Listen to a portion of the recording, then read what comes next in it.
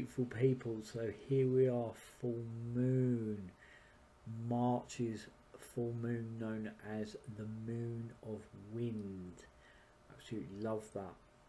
And it feels really relevant, you know, that here we are moving into the March, and we've got these winds of change beginning to kind of stir.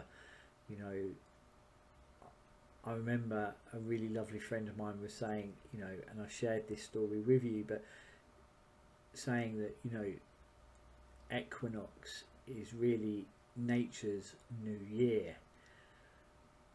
and you can really deeply feel that as you look out into nature. You know, is the days are so much longer now. You know, it's sort of 20 to 6, and twilight is creeping in at 20 to 6 in the evening. You know, you're drawing the curtains a lot later, and we've got this winter change stirring. We've had the contraction and the expansion, you know, probably bubbling away since Imbolc, you know, and it's still happening, which is that tide turn, you know, and it is still happening. You know, there are parts of the country right now that are experiencing snow, and it's the 6th of March. So, you know, as much as we are moving into spring, we are in the tide turn, and the expansion and contraction is still happening, and that's something that we are also still experiencing. We are experiencing still that kind of residue of those deep long nights, those kind of invitations to kind of draw deep within, where there is so much healing that takes place, there is so much alchemization that takes place, there is so much being composted down over the winter. You know, I really feel that I was drawn into a very, very deep place over this winter time, and I really do feel as we move into spring that I am experiencing this transformation, this alchemization, which is probably, you know, why this has appeared. However, you know, it's been years in the making, but you know, it's kind of surreal, isn't it, that it's appeared at this time. But as we always say, it's never by chance, it's by design. And I really have felt this deep shedding over the winter time, which is you know, kind of showing up in this alchemization and this transformation that I feel that is taking place. And on that note, I really wanted to share a really beautiful medicine story with you, as well as weave in a oracle card for this moon cycle, the moon of wind, the winds of change. So picture this if you can. It was, I don't know how far back now, maybe 18 years back, roundabouts, and there I was laying on a yurt floor. So just picture that. If you know what a yurt is, I'm sure you can picture that. And if you're not sure what a yurt is, go and Google an image of a yurt, and I'm sure you'll fall in love as I have with yurts. And I was laying there, and they're beautiful round structures. I was laying there on this yurt floor, and the wood stove crackled gently, and the space was like really warm. It was kind of really dreamy, and it was moving in between that tide turn of the dreaming and the awakening. So the dreaming of spring, dreaming of winter, and the awakening of spring. I nearly kind of reversed them then. That would have been interesting. So the dreaming of winter and the awakening of spring, and it was really dreamy, it was warm, it was very liminal, and I remember the air just filled with herbs and resin, and they drifted in the air. And Ivan, our medicine teacher, mentor, and just incredible human being, most amazing guide. As I've said, over the years it's been very rare for me to have physical mentors, and when I have, they've been very unintentional. They've appeared and taken me on a journey. And I even picked up his drum, beautiful shamanic drum, handcrafted shamanic drum, and he led us into a drum journey. And the intention of that drum journey was to discover a power animal and ally that would hold deep story, medicine and teachings for us.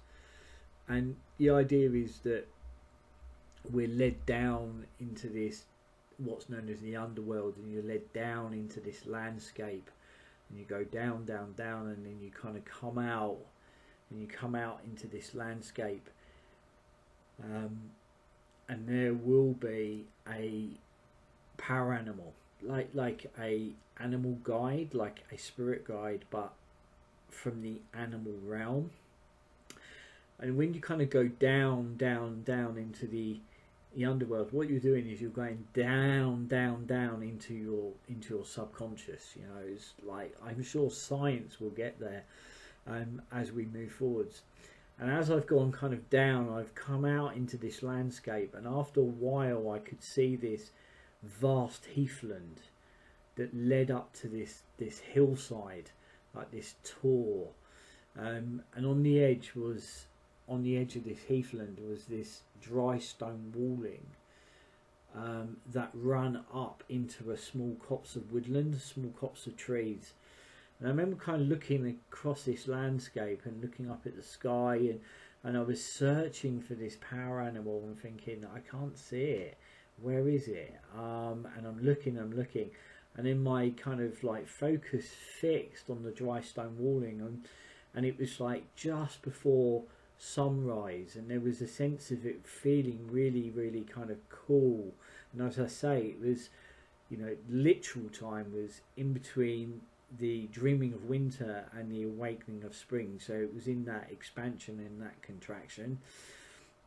And there I noticed, you know, I fixated on this dry stone walling, and you know, I'd been in landscapes like that when I was a kid, a child. You know, I was really blessed to have the freedom of running around the Welsh mountains for the whole of the summer holidays.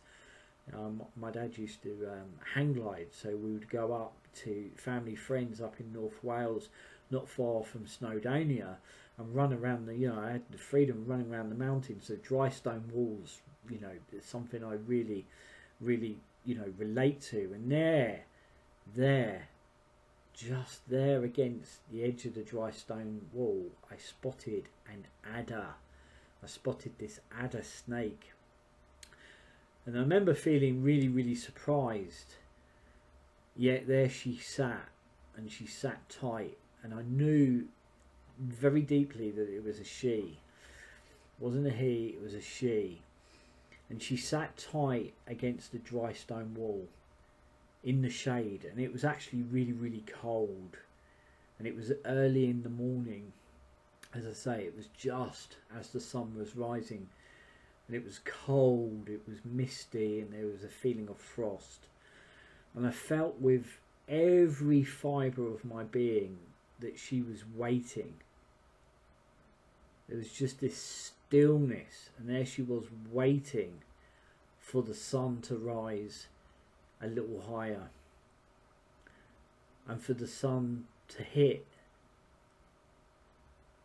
the wall and to create warmth. It was almost like she was waiting for that sun to hit the warmth of the wall and warm her blood, for her to be able to move. And she laid so still, conserving her energy, until she was charged and nourished and fed by the warmth of the sunlight. And I remember feeling, you know, like incredibly emotional by that exchange, by me becoming very aware of her intention and what she was doing, and it was almost for a moment as if I felt I was dissolving, as if I was seeing through her eyes, and this feeling of feeling very alert and still and aware, lying against that frozen earth. And I felt so grounded and rooted and present. And then as the sun slowly rose up above the hill, the sun reaching the dry stone wall, I could feel its warmth, and I felt an awakening from the depths of night, and the coldness slowly fell away, and after some time I felt as if she was focusing on moving towards the heathland on the edge of the small copse of trees. And she was about to move, yet she was moving with intention, extreme focus and clarity. It felt sharpened.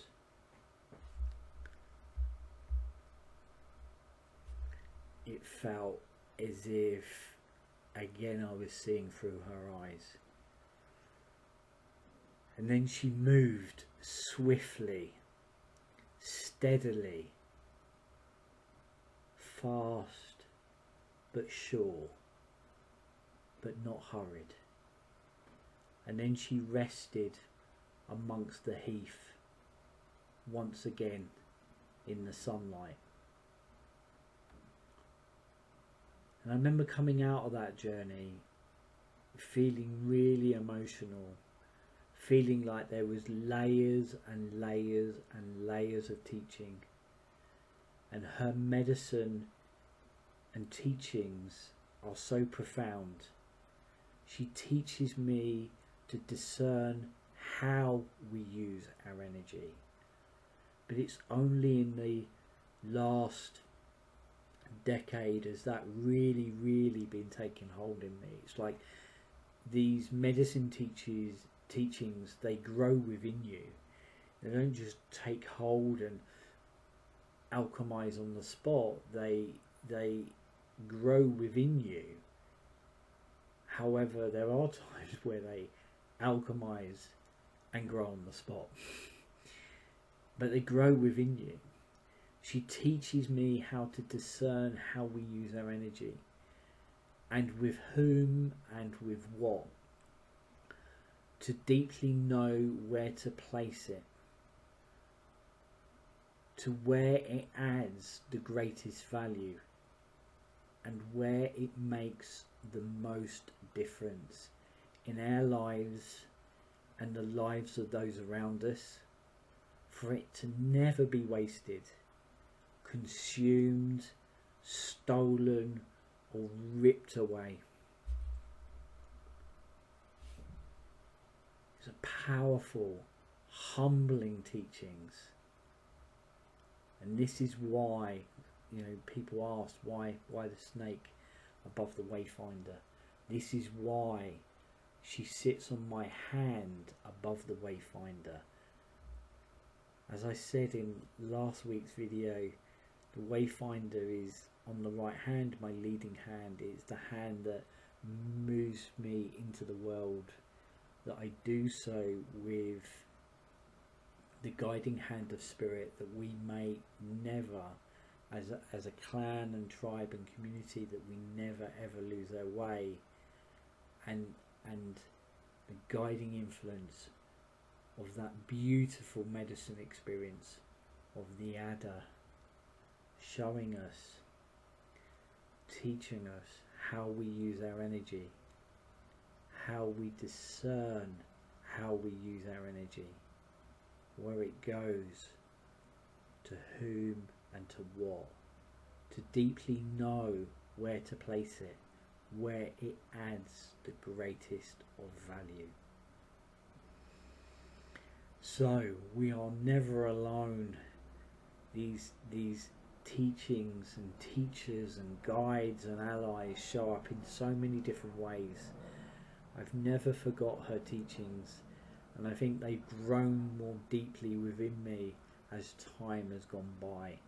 But also plants are the greatest teachers as well, and I thought it would be really lovely to be able to share this with you.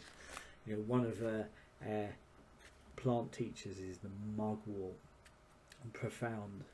But at Yule I was gifted these beautiful cards. They are the herbary.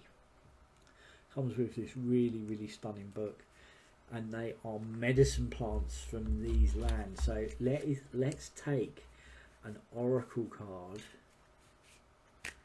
Let's take an oracle card and a medicine teacher. And what I will do is there's another video I want to share that really kind of roots together the medicine of Power Animals and of the adder. But what I would love to do going forward is a very gentle and short drum journey to support you in finding your power animal. So let's give these a nice big mix up, and let's just free in, they just said from the bottom. So 1, 2, 3. Chickweed, how interesting. So show you the image, then we will go and find chickweed. That's beautiful.